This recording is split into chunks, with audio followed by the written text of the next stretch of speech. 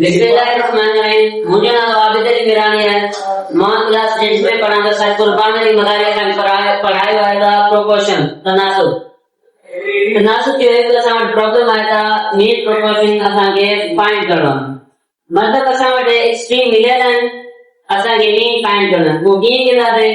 पहले असां तनासुब जो फार्मूलो सीखंदासीं। फार्मूलो कहिड़ो? A ratio B तनासुब C ratio D।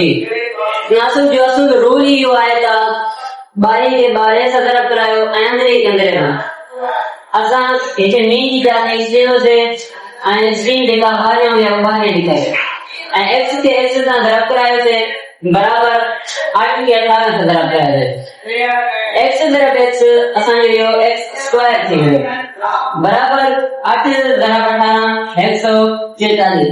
अन्य असां वटि x जो वैल्यू 9 मिलियो। असां वटि x स्क्वायर x जो वैल्यू फाइंड करण लाइ असां खे रेडिकल रखणो पवंदो। Not taken radical both side. वो सकीअ तो दे वन साइड रेडिकल ही होसे स्क्वायर रेडिकल का करना इते x अची वियो ऐं हिते 144 जा असां जुदा करिया ते वो कीअं ॾींदा? ए 34 से बता बार 144 72 ऐं 2 के 72 से जड़ के लाए 36 18 9 से है ये सामने जुदा है सामने बाबा मिले ना था नो है एक बार करता है बार दर से बार दर चार दर से बार असा वाले ये मीन मिलियो माने x जो वैल्यू